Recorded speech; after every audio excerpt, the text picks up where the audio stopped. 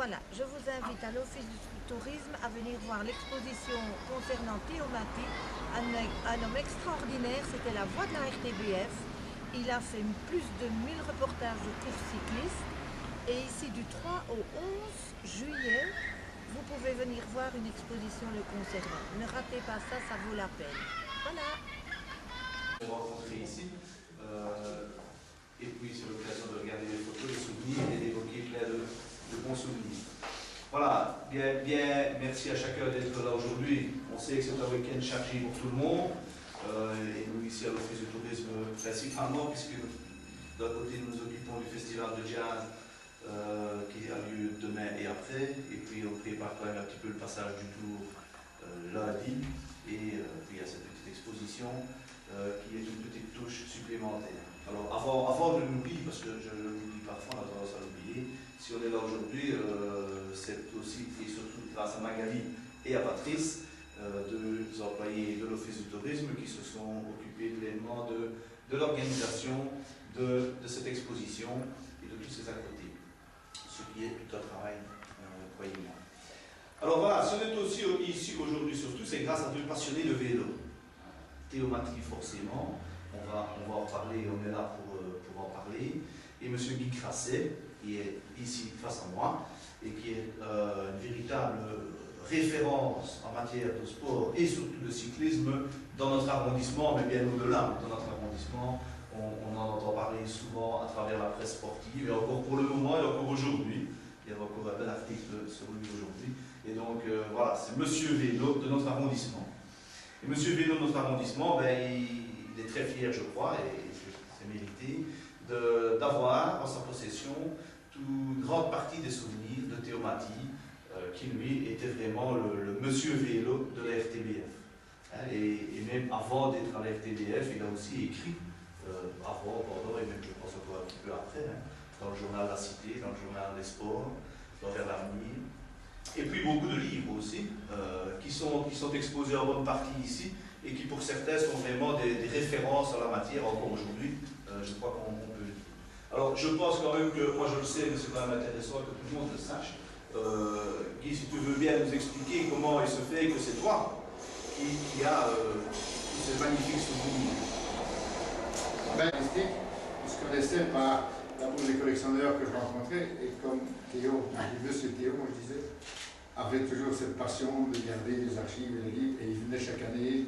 Il a profité pour aller dire bonjour en même temps à sa fille, qui habitait pas loin, à Fisfontaine, donc automatiquement ça ne lui dérangeait pas de passer. Et de là, ben, on a lié avec des liens d'amitié, par l'intention du cyclisme. Et puis un jour, il m'a téléphoné pour voir pour me rencontrer. Et comme j'ai dit à son fils, c'est pour voir ce qu'il pouvait faire avec ses archives suite aux différentes opérations qu'il avait eues, et pour ne pas que ce soit disparu ou que ça disparaisse. Et puis je lui ai donné deux propositions, soit faire venir des collectionneurs, mais là il risquait d'avoir de la visite pendant des mois et des mois, ou alors une personne qui reprenne toutes ses archives. Et je lui ai dit, moi j'étais intéressé. C'est ce qu'il voulait, mais il n'osait pas le demander. Et il avait beaucoup de pilleurs pour ça. Et puis c'est parti comme ça. Et puis... avec nos parents, une partie de leur enfance, de leur jeunesse à Philo. Et ben, ils en ont des bons souvenirs. Et on a même découvert qu'ils avaient encore de la famille à moi. Puisque en fait, Francine et cousine, c'est ça? Vous êtes cousine germaine, hein? Cousine germaine. C'est la nièce. Voilà. Le monde est petit, et c'est toujours un plaisir évidemment de se croiser. Et j'ai aussi vraiment beaucoup de plaisir de présenter M. Crasset aux enfants de Théomatie, puisqu'ils ne se sont jamais rencontrés. Donc voilà, la fille bien. Oui, voilà. j'avais déjà connu. Oui, on s'était rencontrés. Et nous, avec M. Crasset, il y a quelques années qu'on se croise, parce qu'on est tous les deux amateurs de sport. Et sur des courses cyclistes comme ça, on a fait connaissance. Et c'est grâce à Guy que nous organisons depuis quelques années une petite course au mois d'août ici, à Moire, Néblon, fait à Moire. Pour quelle catégorie, je ne sais jamais. Des masters, des vétérans. Voilà. Et à cette occasion, M. Crasset me dit, bah, tiens, moi j'ai beaucoup de choses dans mes armoires, dans mes tiroirs, entre autres, est-ce que tu sais que Théomatie a vécu à Philo? Ben, j'ai dit oui, bien sûr. Et ben, un jour, si l'occasion se présente, on pourrait faire une petite exposition. Vu quelques temps après, on apprend que le Tour de France va nous faire le bonheur, le plaisir de passer à travers notre commune, à moi et à Philo. Et donc, évidemment, la première fois que je l'ai revu, je lui ai dit, ben voilà, l'occasion, elle est devant nous, donc on va y aller. Et malheureusement, la salle de Philo était déjà réservée pour des activités privées, et donc on a dû le faire ici, dans un beau cadre. Enfin, symboliquement, ça aurait été encore plus sympathique de pouvoir le faire dans la maison de village de Philo, bien sûr, mais enfin, on est bien ici. Et on a fait le message à tous les philotins à travers le bulletin communal, donc je pense qu'ils profiteront du week-end et de la semaine qui vient pour venir faire un petit tour. En tout cas, depuis, on en parle beaucoup à Philo. Hein? Et donc, moi j'ai vécu avec ça, moi je joue avec lui, et voilà, et les souvenirs se recoupent et on découvre comme ça des liens qu'on ne connaissait pas spécialement. Voilà, tout simplement comment cette histoire s'est construite et comment nous sommes là aujourd'hui. Voilà.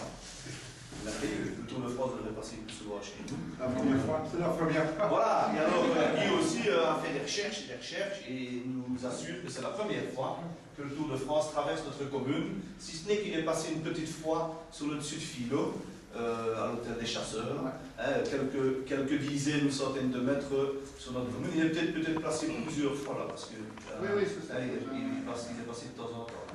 Mais à moi, en tout cas moi personnellement, j'ai trouvé personne qui en avait le souvenir. Mais la référence, c'est Guy Crasset qui a toutes les archives Elle est bonne maintenant. et qui a vérifié. Voilà.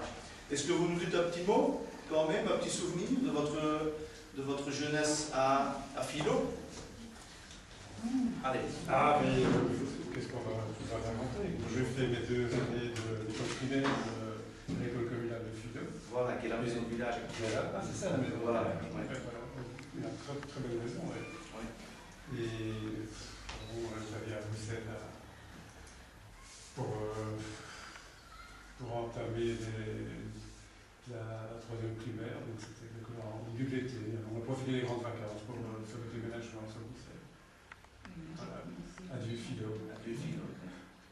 Avec quel copain Philo? Oh, il y avait André Roussel, qui est devenu instituteur.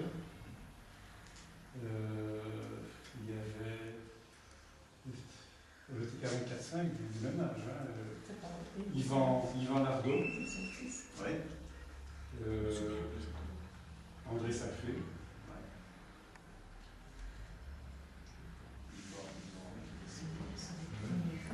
Il y avait Christian Bonfond.